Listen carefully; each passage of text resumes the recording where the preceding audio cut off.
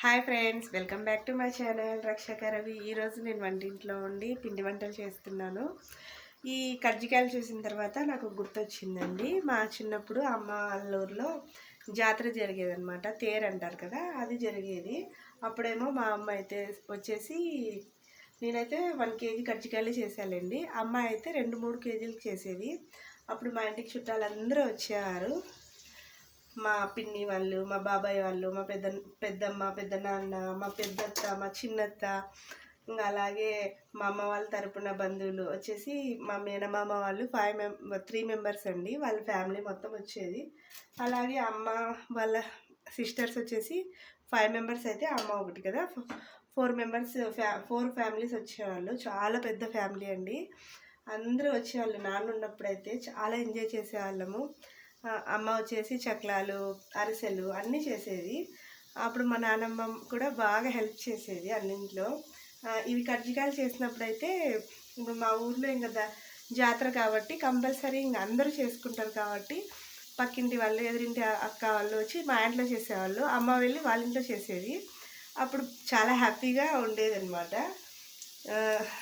మళ్ళీ అమ్మ వాళ్ళే బంధువులంతా వచ్చింటారు కదా, వాళ్ళంతా వెనక్కి వెళ్ళేటప్పుడు అమ్మ వాళ్ళందరికీ మరి ఇవే స్నాక్స్ అన్నీ కట్టి పంపించేదన్నమాట. మా కోసం మా అమ్మ కొంచెమే ఉంచేది, కొన్నే ఉంచేది. అంటే చాలా క్వాంటిటీ చేసినా కొన్నే ఉండేటివి. అవి మేము తినేసిన తర్వాత మళ్ళీ మాకు గుర్తొస్తాయి కదా, తినాలనిపిస్తుంది. చాలా తినాలనిపిస్తుంది కదా, అందరూ తింటూ ఉంటే, ఇంకా పక్కింటి వాళ్ళు అందరూ తింటూ ఉంటే కంపల్సరీ జాతరకి ఇంకా అందరూ చేసుకుంటారు కాబట్టి కంపల్సరీ తినాలనే అనిపిస్తుంది.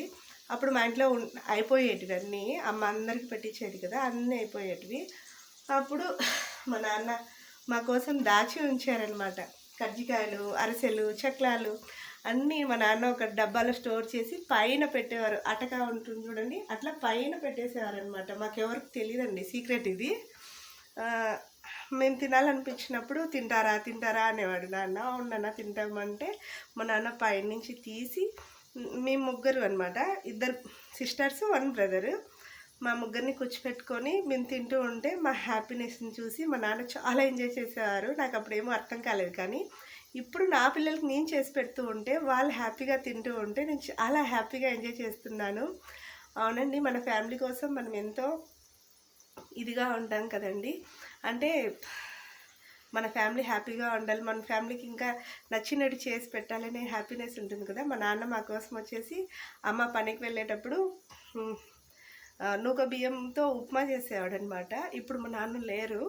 అప్పుడైతే మా నాన్న బాగా చూసుకున్నారు మమ్మల్ని. అవునండి, తండ్రి ఉంటే చాలా ప్రేమ ఉంటుంది కూతురు పైన. మా నాన్న అయితే ఇప్పుడు లేరండి. మా నాన్న ఉన్నప్పుడు చాలా హ్యాపీగా ఉండేదాన్ని, కానీ ఇప్పుడు మా నాన్న లేరు. ఎక్కడికి వెళ్ళలేదండి, నా దగ్గరే ఉన్నాడు.